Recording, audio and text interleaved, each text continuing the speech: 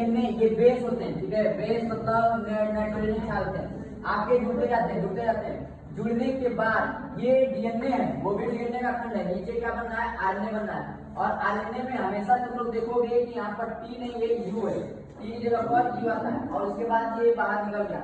अब ये तुम्हारा मैसेंजर आरएनए बनकर तैयार, ठीक है। अब ये मैसेंजर आरएनए बनकर तैयार, यहाँ पर आरएनए पॉलीमरेज आएगा, ठीक है। जैसे इस पर जुड़ेगा, फिर उसके बाद यहाँ पर कोड आके टीआरएनए जुड़ने लगेंगे। देखो ये आगे जुड़ गया, फिर अब इसके बाद देखो ये न्यूक्लियस से बाहर निकल जाएगा। न्यूक्लियस से बाहर निकलने के बाद साइटोप्लाज्म में चला जाएगा। साइटोप्लाज्म मतलब कोशिका द्रव्य, कोशिका द्रव्य में आ गया। फिर अब उसके बाद यहाँ पर आके पहला स्टार्ट पॉलीमरेज करेगा, ठीक है। हाँ, राइबोसोम यानी कि आरएनए, इसमें आरएनए होगा।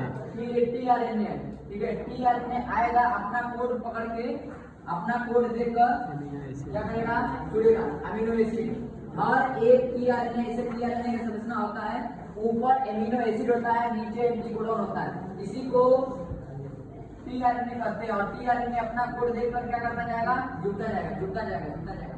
देखो देखकर जुड़ रहा है, सी है तो किससे जुड़ा है, जी, ए है तो यू से, और जी है तो सी, ये जुड़ेगा।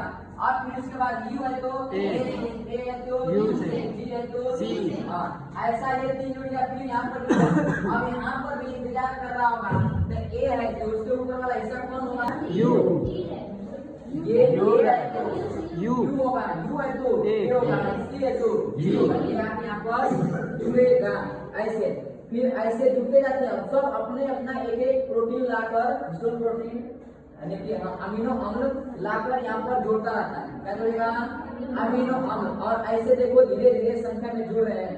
यही प्राय थे लगभग 20 प्रकार का टीआरएनए बॉन्ड द्वारा, कौन से बॉन्ड द्वारा, ठीक है, कौन सा बॉन्ड, पेप्टाइड बॉन्ड द्वारा जुड़कर 20 की एक श्रृंखला बनाती है, जिसको कहते हैं प्रोटीन।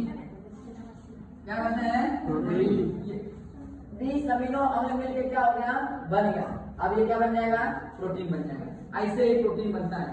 ये प्रोटीन को बनने के लिए किसका योगदान था, डीएनए का। डीएनए क्या बनाया, आरएनए क्या बनाया, प्रोटीन, ठीक है। यही पढ़ना था, बंद करो।